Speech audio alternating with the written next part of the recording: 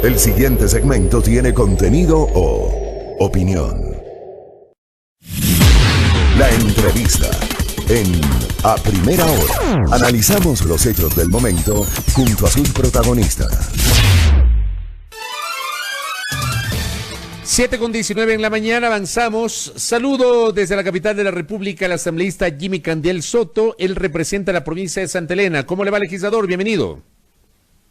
Gracias a Dios, bien, mi querido Fabricio. Un honor estar una vez más en Radio Majestad. Gracias por la gentileza. A ver, empiezo por pedir una reacción, porque usted es legislador hoy, antes fue alcalde de Santa Elena y obviamente conoce la realidad de su cantón, Santa Elena, y de su provincia, Santa Elena.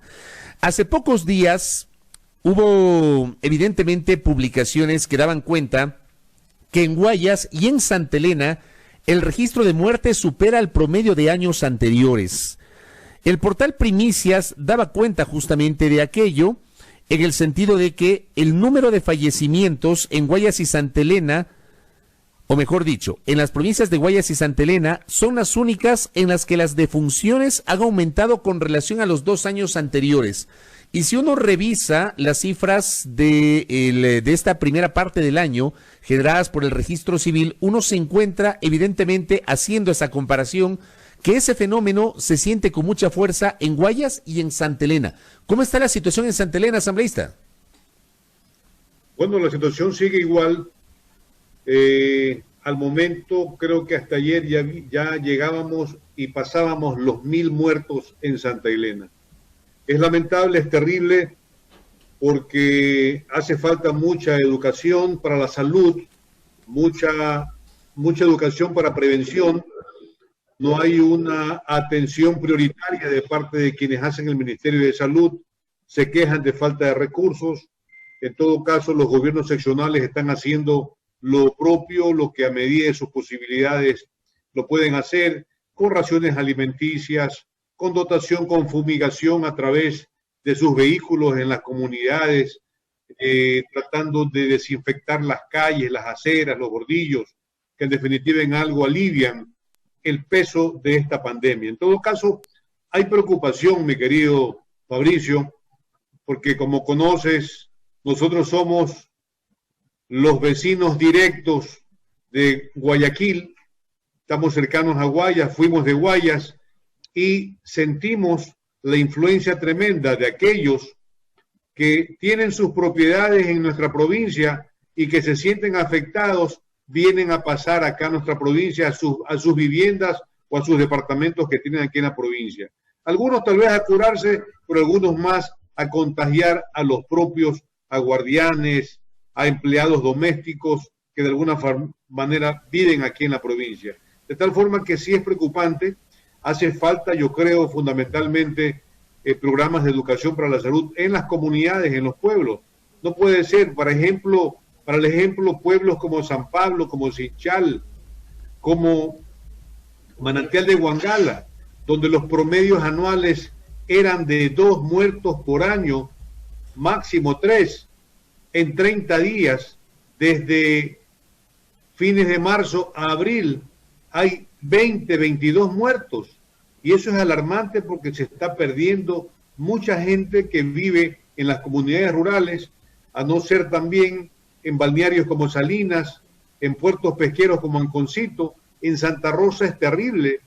Ahí hay ya cerca de 80, están llegando a los 100 muertos por la cantidad de personas que viven en viviendas que hay 3, 4 familias y el contagio es más fuerte todavía. Oiga, pero yo me pongo a reflexionar en las cifras que usted está dando.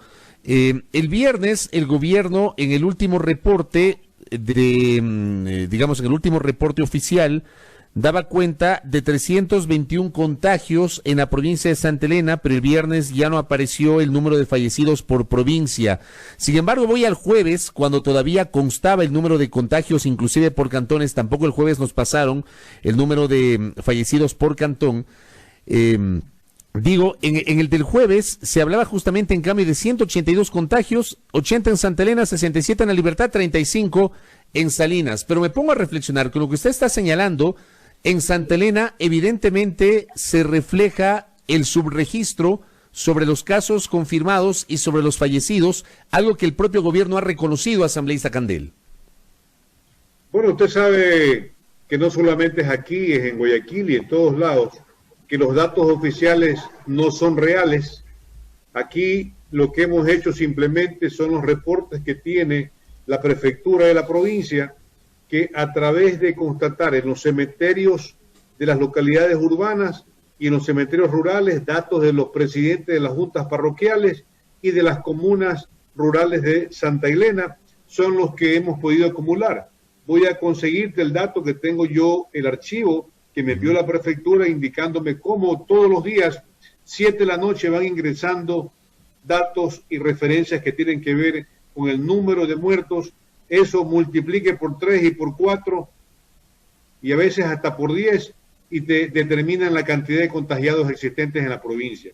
Yo sí creo importante, yo ya le he manifestado al prefecto y a los alcaldes de la provincia que ya no sigamos con la esperanza de obtener recursos o obtener respaldo del Ministerio de Salud. El gobierno nacional no está dando el respaldo necesario que merece esta pandemia, de tal forma que hay que organizarse con los recursos propios de la provincia. Y eso es lo que se está haciendo. Ya la prefectura consiguió, con un laboratorio de larvas de camarón que hace genética aquí en la provincia, en convenio con un laboratorio de Yachay, poder entregar 1000 muestras o pruebas diarias y tal vez un poco más, para entregarlas en 24 horas para determinar quiénes están contagiados en la provincia. Y eso está, pues se necesitaba el respaldo del ARSA, que es el Ministerio de Salud. Ya el ministro estuvo el día jueves en Santa Elena, no, el viernes, perdón, y pudo darnos cuenta. Y no creía porque los datos que le dan, pues son los datos del ministerio. Ahí lo que dice el Ministerio de Salud o el hospital local es que tienen que constatar y certificar que ha sido por coronavirus. Si no, dicen que es neumonía, problemas pulmonares, y no te quieren aceptar que es coronavirus, cuando la referencia y la realidad es que las muertes el año pasado son muy diferentes. Está bien que el año pasado fueron 2 y este año son 4. Ya, pues puede ser que no sea el coronavirus, o sea 1, pero no puede ser porque son 2 muertos y 2 muertos en un año el año pasado y 2 muertos y 20 muertos, 30 muertos en 30 días. No puede ser.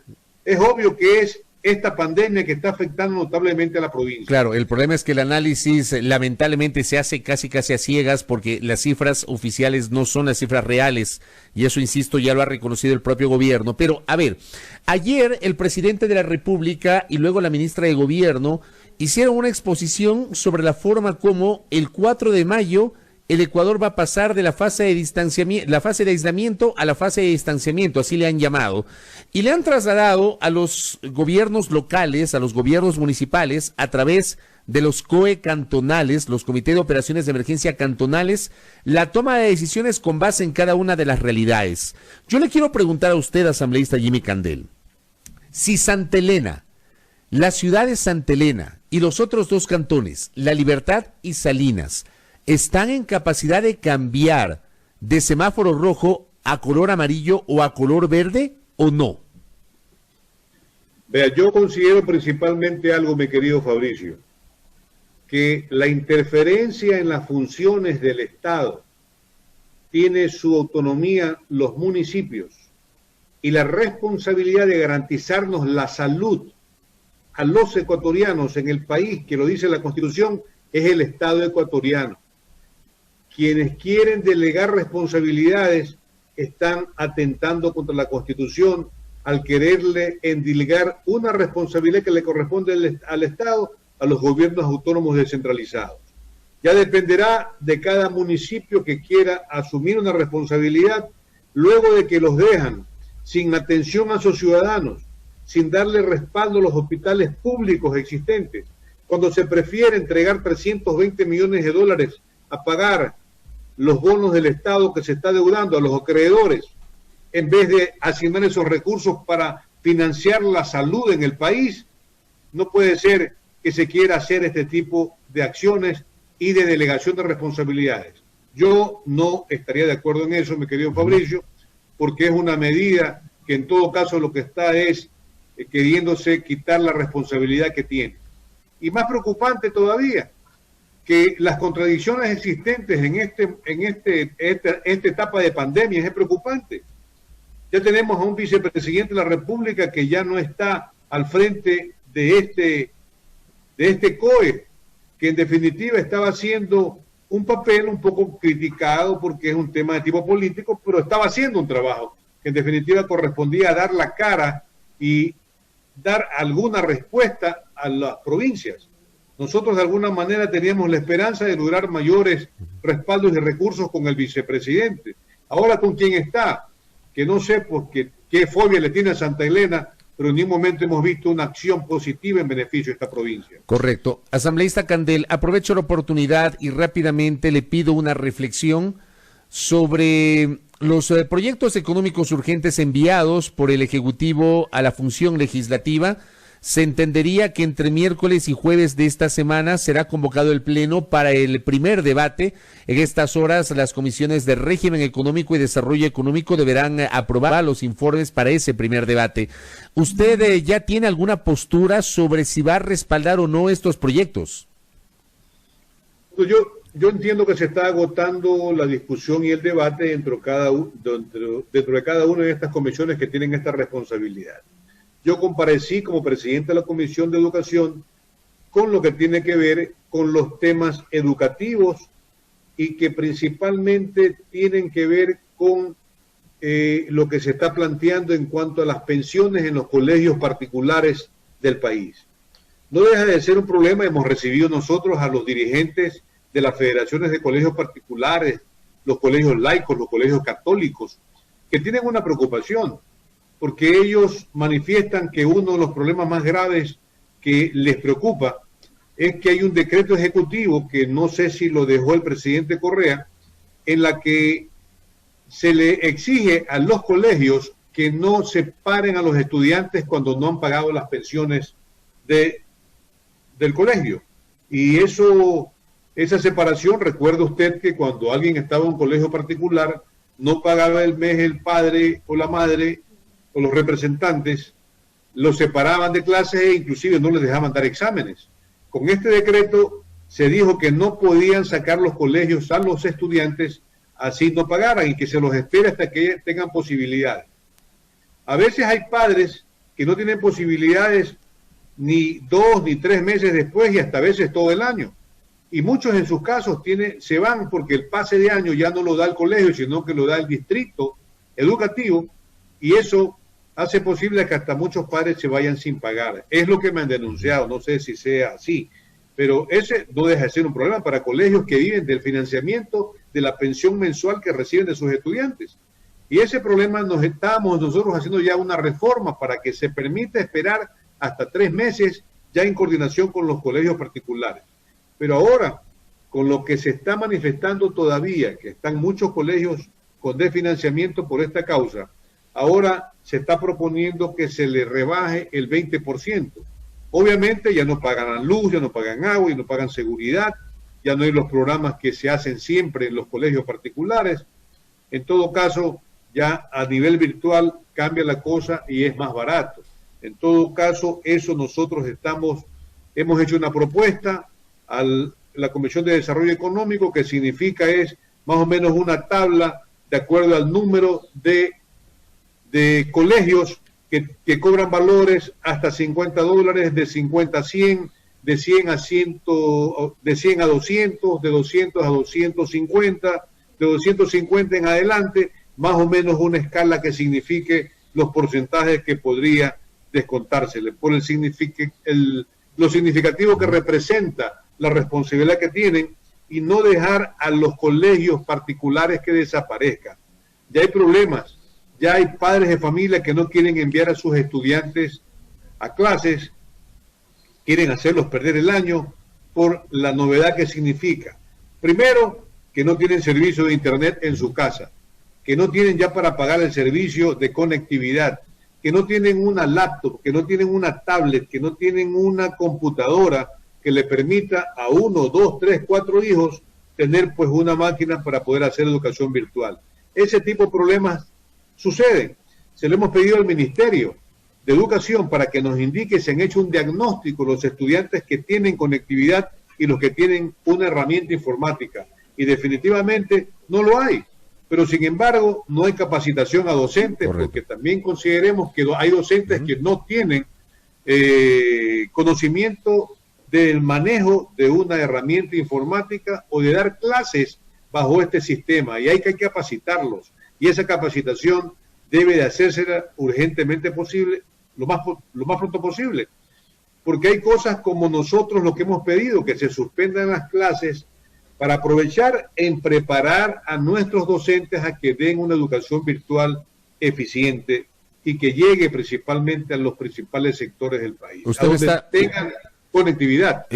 Con esto cierro rapidísimo, por favor, asambleísta Candela, en honor al tiempo.